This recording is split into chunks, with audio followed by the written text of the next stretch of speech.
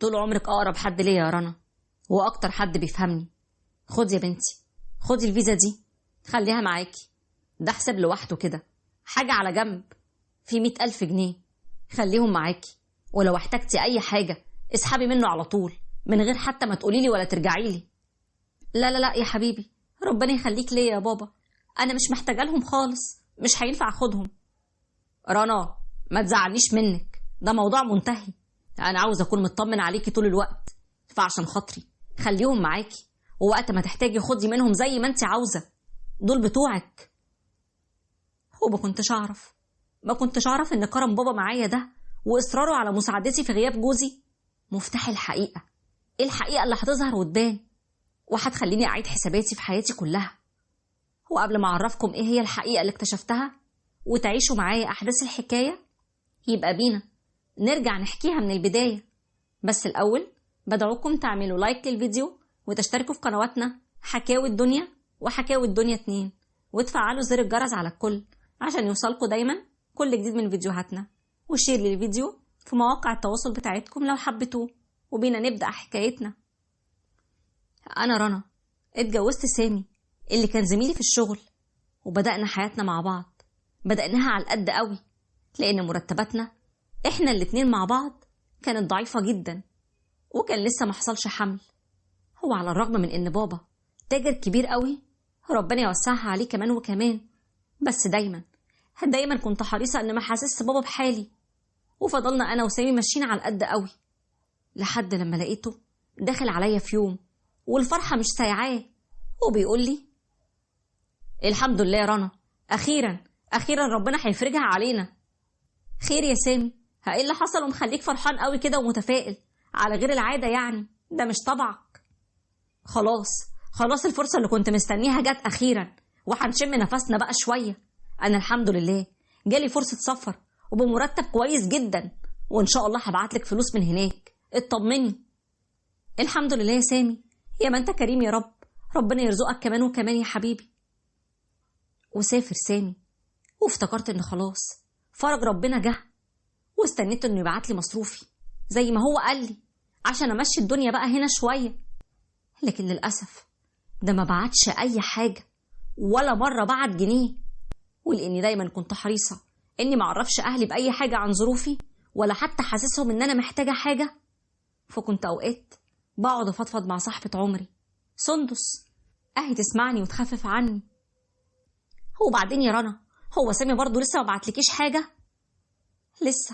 لسه والله يا سندس، واديكي شايفة اهو، يا دوبك عايشة بالمرتب اللي ما بيكفيش أي حاجة. هرجع وأقولك برضو أنت اللي غلطانة يا رنا، الطبيعي إنك تطلبي منه وتعرفي إنك محتاجة فلوس، أمال هو متغرب عنك ليه؟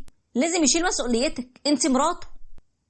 خايفة أحرجه، يمكن يكون مش متوفر معاه إنه يبعتلي، ومش عاوزة أطلب منه أي حاجة. أديني أهو ماشية على قدي لحد ما ربنا يكرمه. أنا شايفة إنك بتتكلمي عنه يا حبيبتي بكل ثقة. لا، في ناس أول ما بتشوف الفلوس الطمع بيغمي عينيها، أيا كان اللي بيقبضه هو مستخسر يبعتلك منه، وهو عارف عيشتك هنا عاملة إزاي. هو لقاكي خلاص، ولا بتشتكي ولا بتطلبي، فهيشوفك ليه؟ كفاية يشوف نفسه. لا يا سندس، سامي مش طماع، أكيد ظروفه هناك صعبة. أنا مش بقويكي عليه والله يا رنا، بس الفلوس بتطمع الناس وبتكشف حقيقتهم. وحتى يا ستي لو ظروفه دي صعبة زي ما بتقولي، يعرفك، يتكلم معاكي، مش يتجاهل خالص كده كأنك مش موجودة.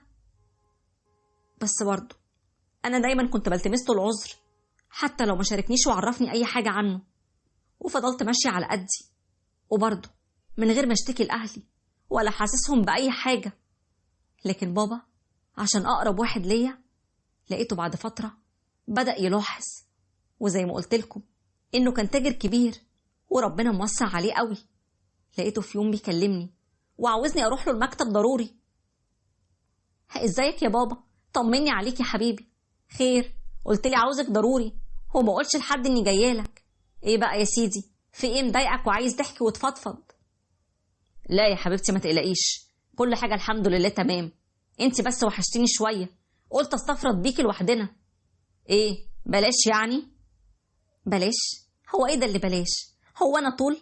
طبعا براحتك يا روح قلبي، بس شكلك برضو في حاجة تانية غير إني وحشاك. خير يا بابا، مالك؟ احكيلي. طول عمرك أقرب حد ليا وأكتر حد بيفهمني.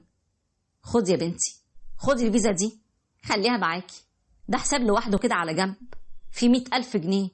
خليهم معاكي، ولو احتجتي أي حاجة اسحبي منه، اسحبي على طول من غير ما تقوليلي ولا ترجعيلي. دول فلوسك. لا لا لا يا حبيبي، ربنا يخليك ليا يا بابا، أنا مش محتاجة لهم خالص، مش هينفع أخدهم. رنا، ما تزعلنيش منك، ده موضوع منتهي. أنا عاوز أكون مطمن عليكي طول الوقت، فعشان خاطري خليهم معاكي يا حبيبتي، ووقت ما تحتاجي خدي منهم، وخدي منهم زي ما انت عايزة، ما تعمليش حساب أي حاجة. وحاولت أرفض كتير، لكن برضو بابا أصر إني أخد الفيزا، وبقيت أسحب مبالغ صغيرة جدا، يعني 300 جنيه و400 جنيه حاجة كده، أكمل بيها احتياجاتي الضرورية، وكمان على فترات متباعدة. وفي نيتي إن أول ما يبقى معايا فلوس هرد المبالغ دي كلها لبابا. وعدت 2 سنين، وجوزي رجع من السفر وحصل حمل، وعرف بموضوع الفلوس دي طبعا لأني ما كنتش بطلب منه أي حاجة خالص. فللأسف لما سألني حكيت له، وفوجئت بيه بعد فترة جاي وبيقول لي رنا، بقولك ايه، اخواتي هيعملوا مشروع وكنت بفكر ادخل معاهم شريك، اهو على الأقل اقدر استقر هنا، عشان حتى ابننا اللي جاي في السكة ده اربيه واخد بالي منه. يا ريت والله يا سامي، وماله، اعمل دراستك واحسب حسبتك وادخل معاهم. ايوه، بس الفلوس اللي معايا مش هتكفي ان اكون شريك معاهم، عشان كده فكرت في حاجة كده يعني. خير يا حبيبي، بس اوعى تقولي انك هتستلف من حد حاجة، احنا مش ناقصين، الله يخليك، خليك على قدك. لا لا لا، انا مش قصدي ان انا هستلف ولا حاجة. ايه رأيك مادام باباكي سابلك حرية التصرف في الحساب اللي معاكي ده، ما تيجي نسحب المبلغ كله واخده منك، ادخل بيه شريك مع اخواتي، وهو المشروع يكبر وما نحتاجش ولا السفر ولا الغربة. انت ايه اللي بتقوله ده يا سامي؟ لا طبعا، انا ما ينفعش اتصرف في الفلوس دي ابدا، دي امانة عندي، وكتر خير بابا انه عمل كده معايا. هو انا كنت مقدرة ظروفك وما رضيتش اضغط عليك ولا اطلب منك اي حاجة. انسى الفلوس دي، انا مش هلمسها.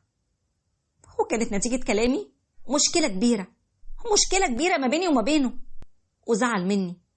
وعشان انهي المشكلة خالص حاولت ارجع لبابا الفيزا بتاعته من غير ما احكي له على اي حاجة، لكنه رفض تماما وقال لي خليهم معاكي دلوقتي.